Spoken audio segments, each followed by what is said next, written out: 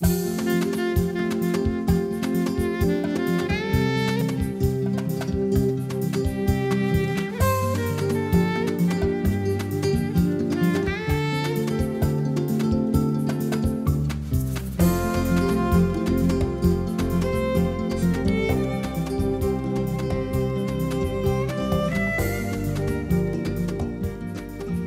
tal? ¿Cómo les va? Muy buenas noches.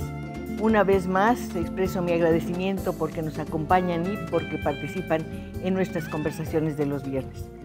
Saben, nuestro invitado de hoy es un hombre que nació en medio de la música, nació para la música y desde luego su destino es el de un gran músico.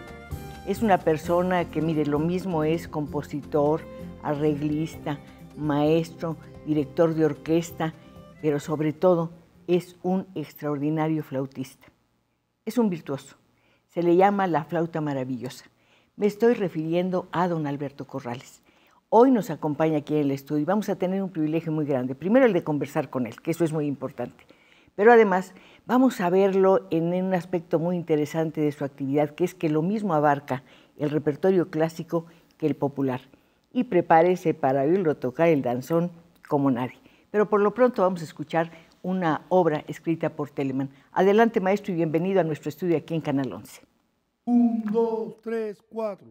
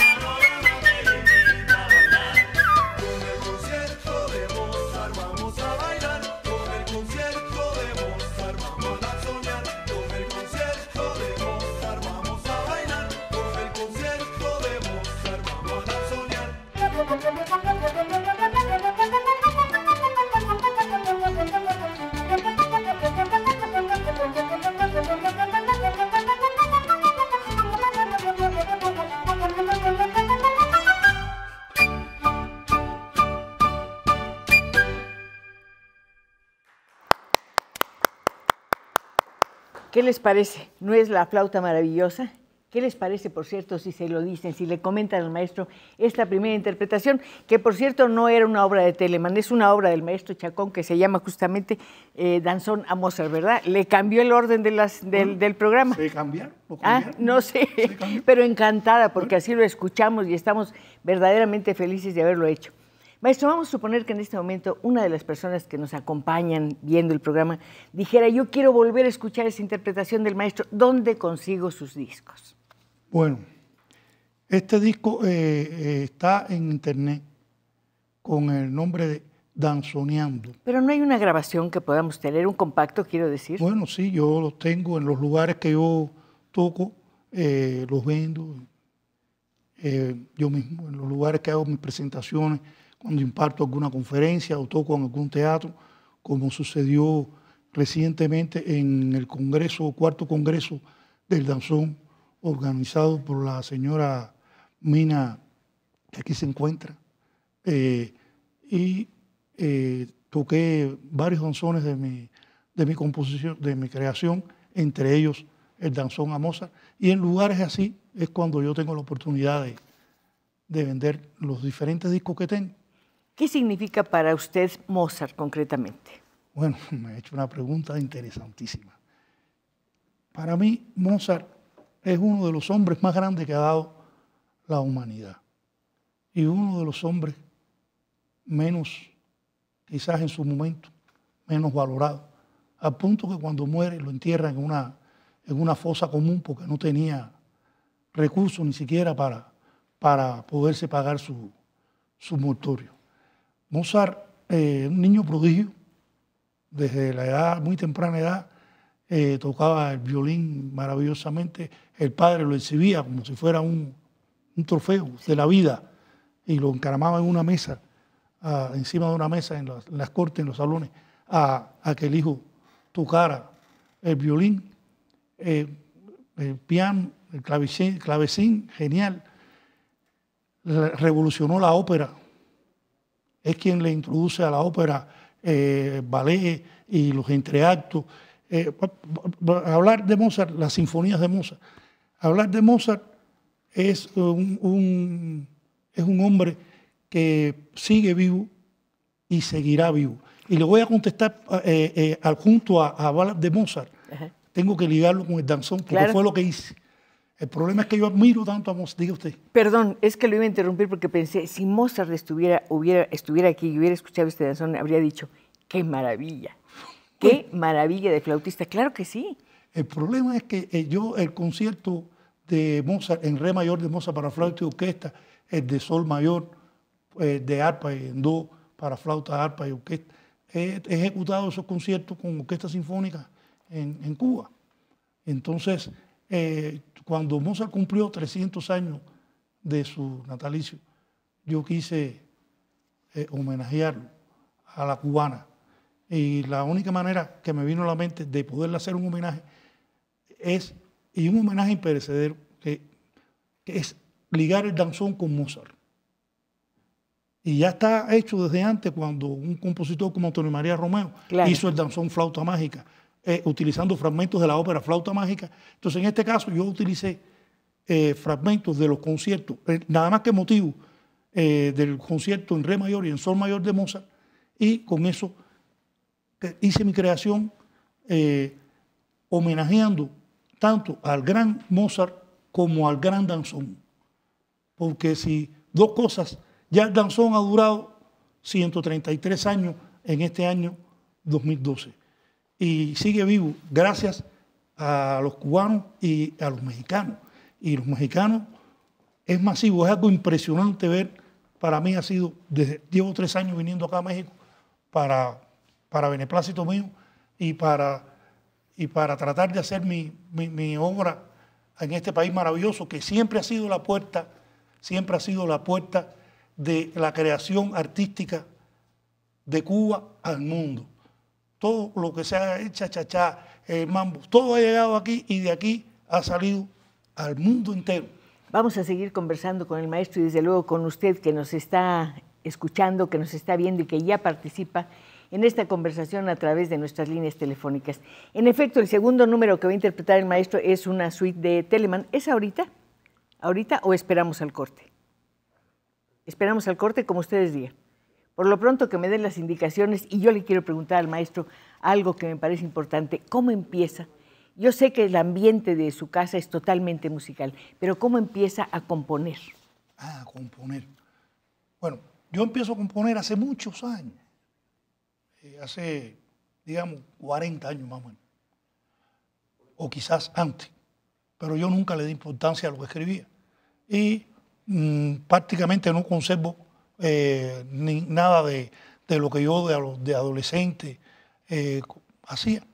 Lo que yo me queda de una época un poquito más, cuando tenía unos 20 años de edad más o menos, una obra que se llama Fantasía Negra, que la fui transformando hasta lo que ya hoy está grabada y es lo que el resultado de... Pero la creación como tal, hace como 40 años que lo hice. Otra obra que se llama Duro de Tocar, que es como un Latin Jazz. Pues me están indicando que lo vamos a escuchar nuevamente, maestro. Perdón, pero es que queremos aprovechar lo más posible para oírlo tocar y para conversar con usted, porque se trata de conocerlo y de que conozcamos cuál es la historia de sus habilidades, cuál es su proyecto como músico. ¿Quiere pasar, por favor? Sí, y desde luego les recuerdo a nuestros amigos que están listas las líneas telefónicas para recibir sus llamadas. Yo pienso siempre en los jóvenes y en los niños que nos ven. ¿Cuántos niños a partir de ese momento van a sentir que despierten ellos una vocación por la música? Y ahora sí vamos a escuchar al maestro Alberto Corrales pues, interpretando una parte de una suite de Telemann. Adelante, por favor.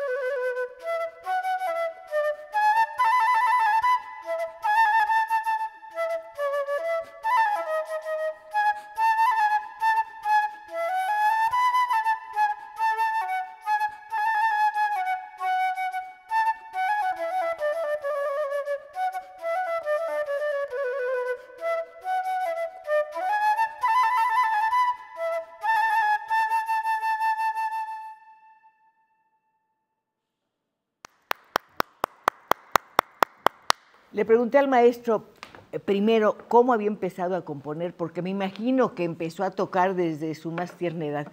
Imagínense que su papá era fagotista, su mamá era cantante, y de ahí todos han sido violinistas, cantantes y usted flautista. Maestro, ¿quién fue su primer profesor? Bueno, mi primer profesor falleció recientemente en Cuba, se llamaba Mario Badía, flautista de la Orquesta Sinfónica Nacional de Cuba. Fue mi primer maestro de flauta. ¿A qué edad? Tenía 10 años de edad. ¿Nunca tuvo dudas respecto del instrumento que iba a tocar? Sí, muchísimas. Yo no iba a ser músico. No lo puedo creer. No, sí. El problema es que yo tengo un hermano menor, un gran violinista. Ahora en estos momentos está de gira con la agrupación de la cantante, la diva descalza, Cesárea Évora. Mi hermano es el violinista de Cesárea Évora. Y ahora salieron de gira un homenaje. Ella falleció, sí. Pero el señor José da Silva sigue organizando un homenaje a Cesárea Évora. Mujer, ¿eh? Y mi hermano lleva 11 años trabajando en ese formato, en esa agrupación. Fue 10 años, primer violín de la Orquesta Sinfónica Nacional de Cuba. Y bueno, mi papá fue fagotista también de la Orquesta Sinfónica Nacional de Cuba y de la radio y la televisión. Mi papá aún vive, gracias a Dios. ¿Dónde vive él? En Guanabacoa, en La Habana. ¿Dónde usted nació? Donde mismo nací, donde mismo vivo. Y toda la historia empieza en que mi hermano se paraba frente a la televisión en un programa dominical que a las 12 del día ponían la Orquesta Aragón, la famosa Orquesta Aragón de Cuba. Y mi hermano cogía un arco flecha de eso de jugar y se ponía delante del televisor a tocar como si fuera un violinista. Y mi papá tenía 5 años, mi hermano.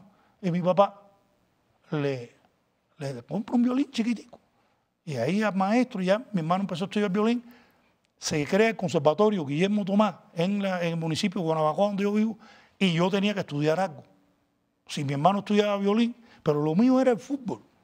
Y escaparme para ir al río a pescar, eso era mi asunto. A mí no me interesaba nada. Y entonces me ponen a estudiar piano. Ahí tuve que ¿A qué edad, maestro? Tenía yo 7 años, 8 años. Entonces empecé a estudiar piano y cuando tenía como 10 años llegó a mi casa un hombre a hacer un trabajo, tengo que ser breve, a hacer un trabajo de albañilería y vio a mi papá tocar fagot, un hombre joven, y le dijo que tocaba flauta. Mi papá le dijo que trajera la flauta, trajo la flauta, vi la flauta y me quedé, porque yo había visto la flauta, yo de lejos, y la orquesta sinfónica allá, pero nunca había visto una flauta cerquita. Y aquello me motivó. Ya yo sabía un poquito de piano, tocaba las piezas, la Magdalena Bach y eso, y le pregunté al flautista que yo quería hacer una flauta de una tubería plástica de electricidad. Y él me dijo, bueno, trae un pedazo de tubo, mete un corcho aquí, un hueco aquí, 3 huequitos aquí y ve afinando la que... Y yo fui haciendo mi flautica y la perfeccioné, que sonaba bastante afinada. ¿Y dónde quedó? En que yo tocaba las piezas sin que nadie me enseñara. Él me enseñó las posiciones por una tabla. Y yo mismo empecé a soplar y a tocar las mismas piezas que tocaba en el piano con la flautica esa que yo había. Es una historia maravillosa. Esa sí es la flauta mágica. Entonces, ¿dónde quedó esa flauta mágica? Eso se perdió, todo eso se perdió. Por fortuna después no hice se otra de madera, de caña de Castilla. Sí, sí. Y así. Y entonces mi papá me trajo una flauta de verdad, como a los 2 meses de eso. Y empecé a soplarla y sonó. Y más o menos empecé a hacer lo mismo que hacía. Y se realizó el milagro de la música. Tenemos un minutito para un corte, pero antes quiero decirle lo que opina el público. La señora Aldrea Albarrán de San Luis Potosí dice, hablo para felicitar a la señora Pacheco y a su invitado. Me da gusto que hoy vamos a tener música como esta en estos tiempos en que lo necesitamos. Yo debí decir algo al principio de este programa. Quiero dedicarlo al doctor Arturo Azuela, a la memoria del escritor Arturo Azuela. Él amaba muchísimo la música, era un gran violinista y desde luego era un gran amigo. Que descanse en paz Arturo Azuela, que se vaya con esta música maravillosa. Y nosotros nos vamos a un corte y regresamos enseguida para seguir conversando aquí en nuestro estudio de Canal 11. Maestro.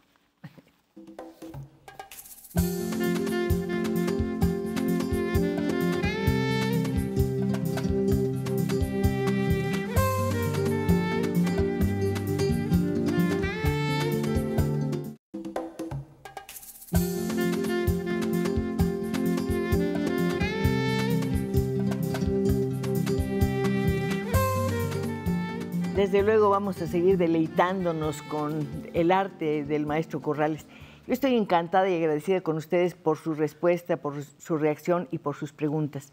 Una de ellas insistente es, ¿dónde está un disco del maestro? ¿Dónde podemos encontrarlo sin tener que ir a lugares determinados? Ir a una librería, ir a una tienda de discos y encontrarlo. A mí me encantaría que alguno de las disqueras que conocemos se interesara por grabar. Es más, hasta me estoy imaginando el álbum, pero en fin, no quiero seguir soñando. Mejor vámonos a otro sueño, que es el sueño de la música. Vamos a escuchar justamente un danzón del maestro Alberto Corrales que se llama Sensible Margarita.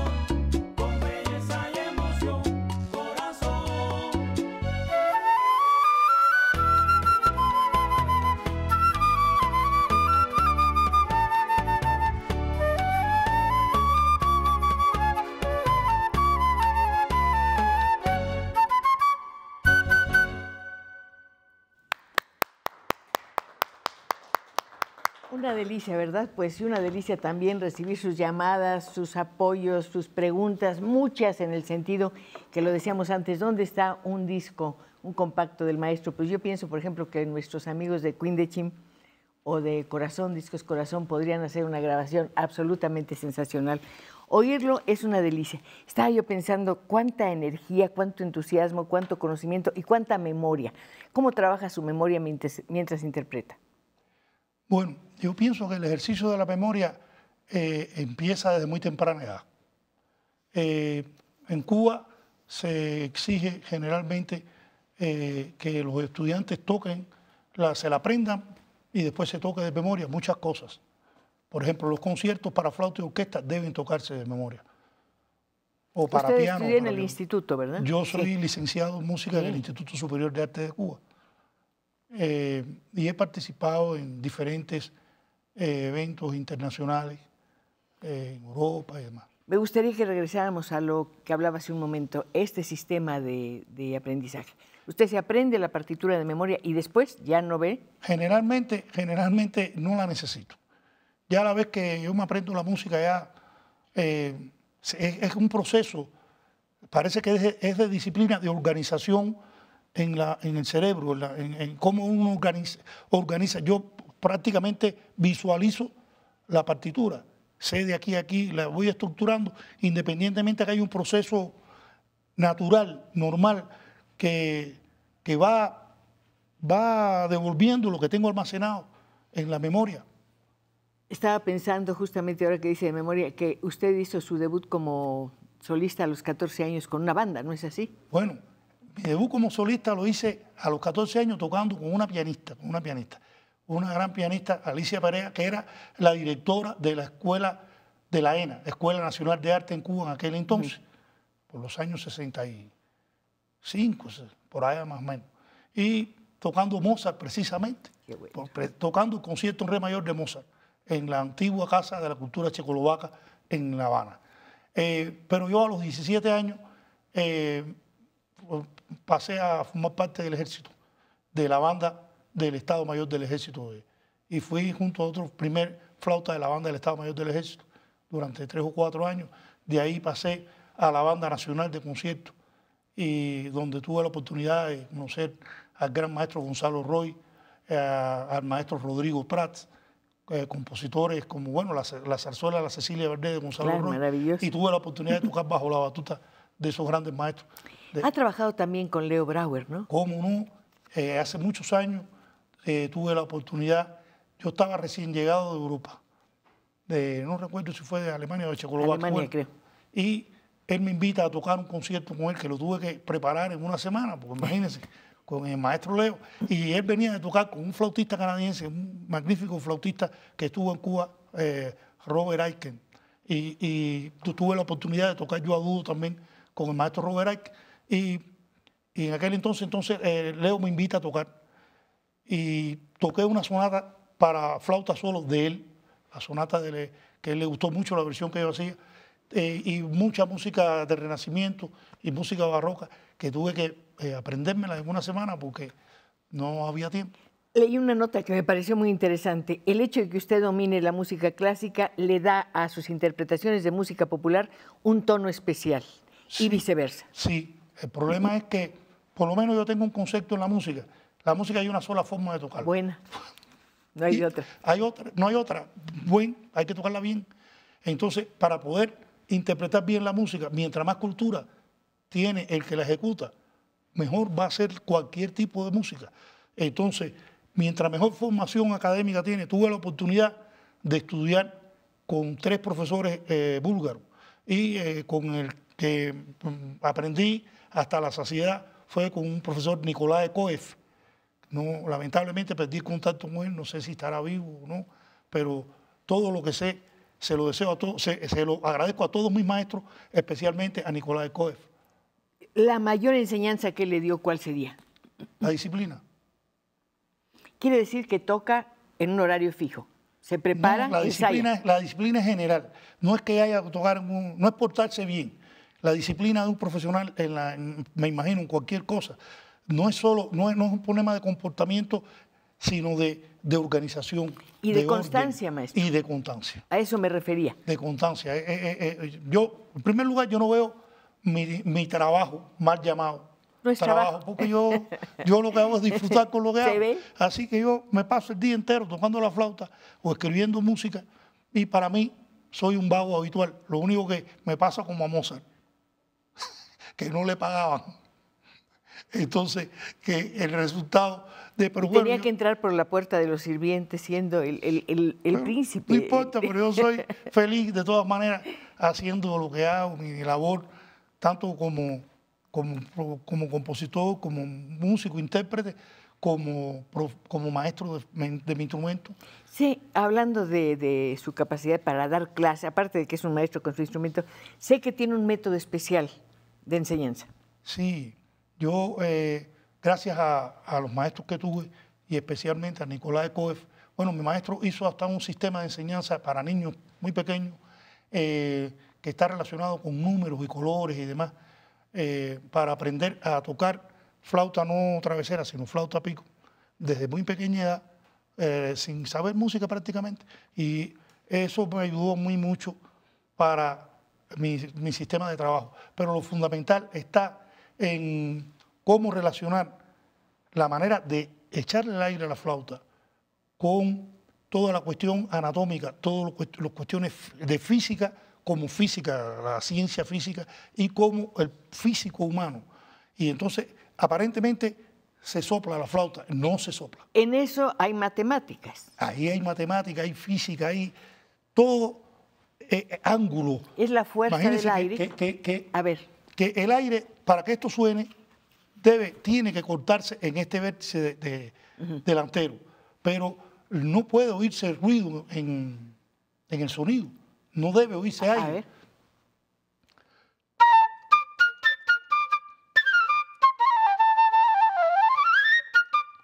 Entonces, es de la manera en que se eche, cómo se apoya el aire, dónde se coloca el aire, cómo después, no solo cómo se adquiere, sino cómo se echa. No es lo mismo soplar que emitir. Uno sopla y ese ruido, eso no sirve. Pero cuando uno toca, y yo estoy echando aire. En su interpretación entra cada uno de los músculos de su cuerpo. Todo, todo. Yo me concentro en lo que estoy haciendo y me equivoco, pues soy una máquina, soy un ser humano. Puedo cometer un error de nota, eso es normal. Pero uno trata de ser perfeccionista. Y lo que usted me preguntaba en cuanto a lo que yo aplico de la música clásica, vuelvo y repito, es la cultura. Yo siempre toqué música clásica y música popular. Y mi formación es completamente clásica. Entonces, la manera de tocar la flauta, primero aprende a tocar bien la flauta y después toca la música que tú quieras. ¿Qué fue lo primero que aprendió? Que aprendió a tocar, que se sabe de memoria, que lo tiene en el corazón. Imagínese usted, me está haciendo la pregunta. No sé, pero me interesa muchísimo. Pero imagínese, yo toqué desde muy chiquito una pieza, porque mi mamá cantaba, ¿sí? Una pieza, me acuerdo que era Miel colpió unos mi cento, era de Mozart, si no me equivoco. ¿En la flauta la tocó? Entonces yo, ¿pero cómo sonaba? Era una cosa así. Pero chiquito.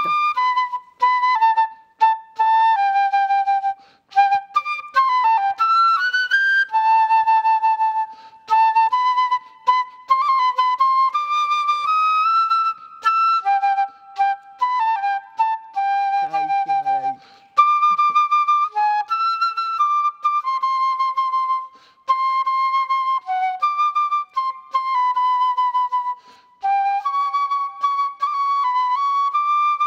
Bueno, por ahí, más o menos. Pero Claro, yo lo tocaba. Un aplauso al niño, me lo Yo lo quiero tocaba imaginar pequeñito. no en tocando. ese registro, sino en el registro más grave, en la otra octava, porque bueno, yo estaba chiquito. Entonces, Ese niño chiquito está recibiendo muchas llamadas. Quiero oír lo que le dicen. ¿cómo no?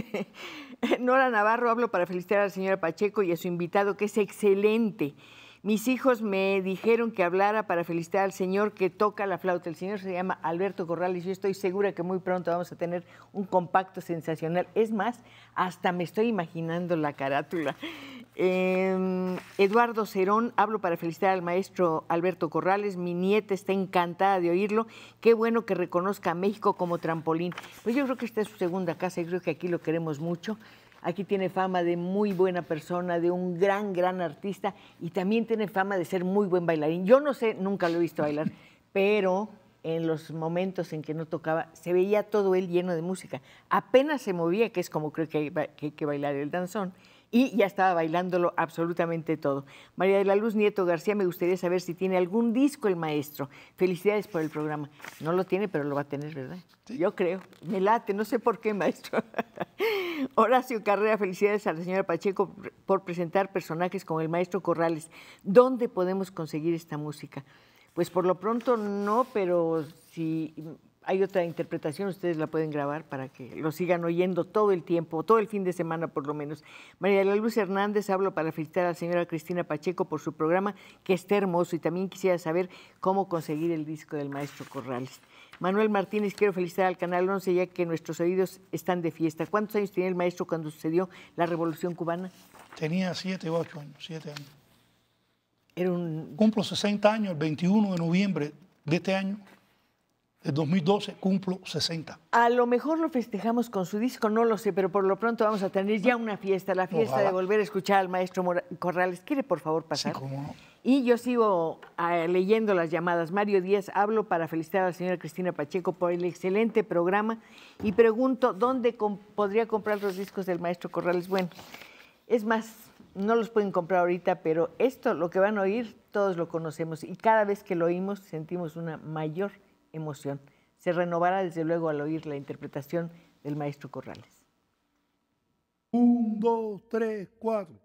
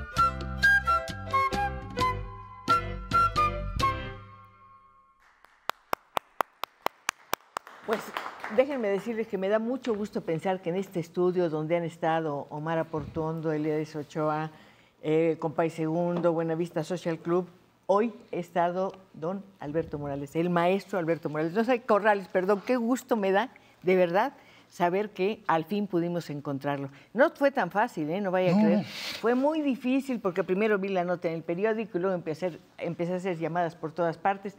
No daba con usted, me decían que estaba de viaje, que iba a regresar, que se había ido a Cuba y cada día se iba más lejos. Y yo decía, nunca lo voy a poder entrevistar y no puedo encontrar sus discos. Yo quiero insistir, maestro, en que todo el mundo está diciendo dónde podemos encontrar un disco. Yo pienso que Discos Corazón haría un trabajo excelente haciendo una grabación, pero en fin, sé que hace poquito compuso algo.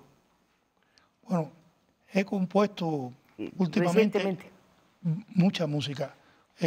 Compuse 5 danzones dedicados a personas y a lugares, entre ellos el sensible Margarita. Pero hice un danzón a un maestro de baile, el maestro Félix Rentería, al cual le mando muchos saludos porque ¿es su maestro? No. Es mi amigo.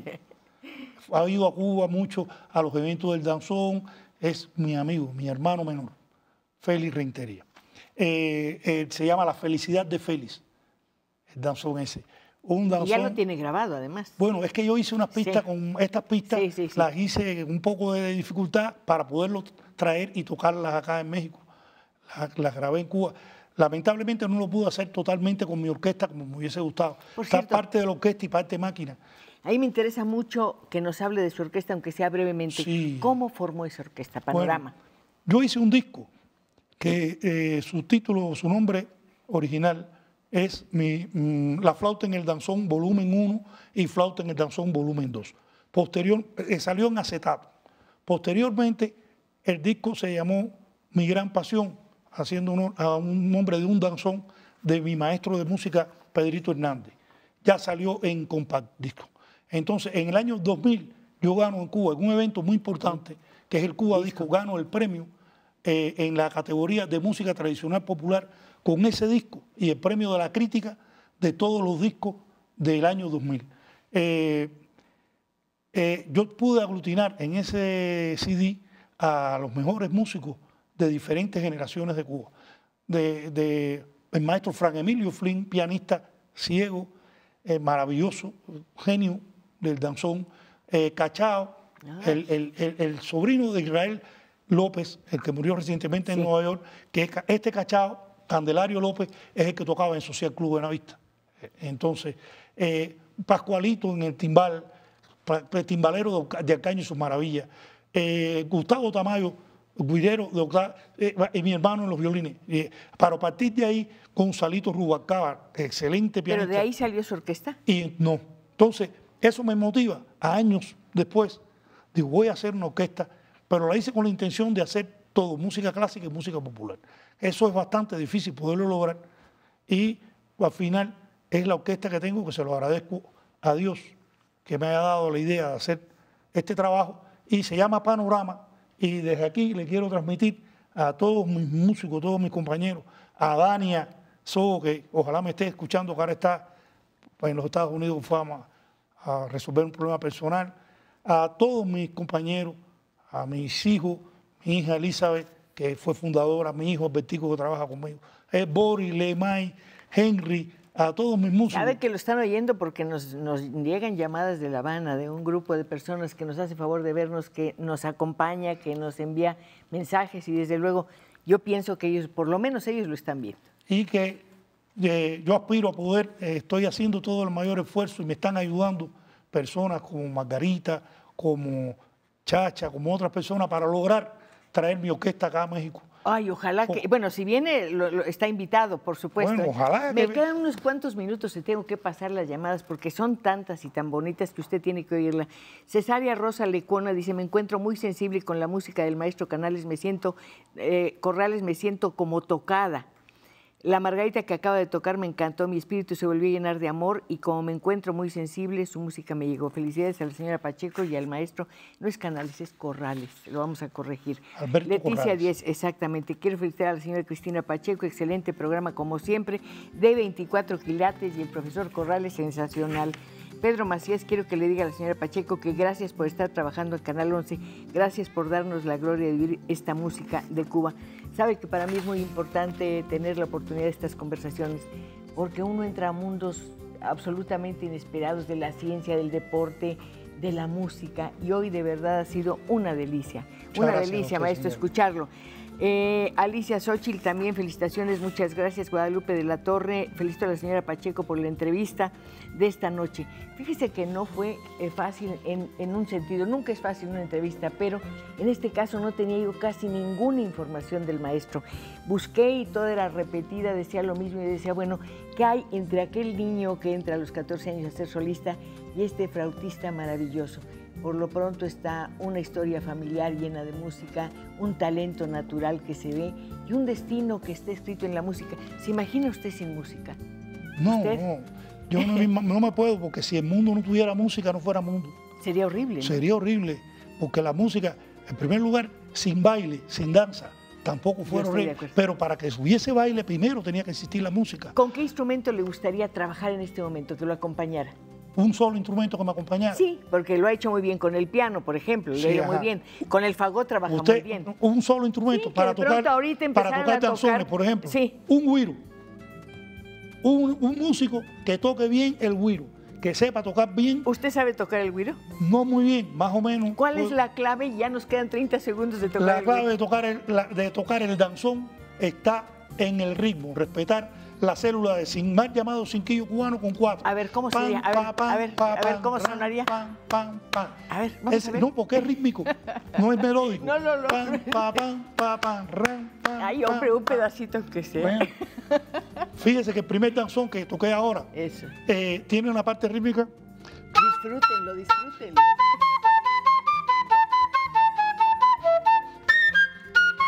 Caray, tenemos que despedirnos. Se terminó por hoy nuestra conversación. Que se quede flotando en el aire el sonido de la música. Buenas noches y gracias por su atención.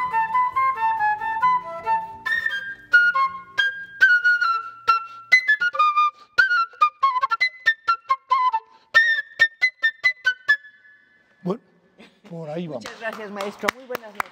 Muchas gracias. Gracias a usted, señor. Nos vemos el viernes para seguir conversando. No lo olviden.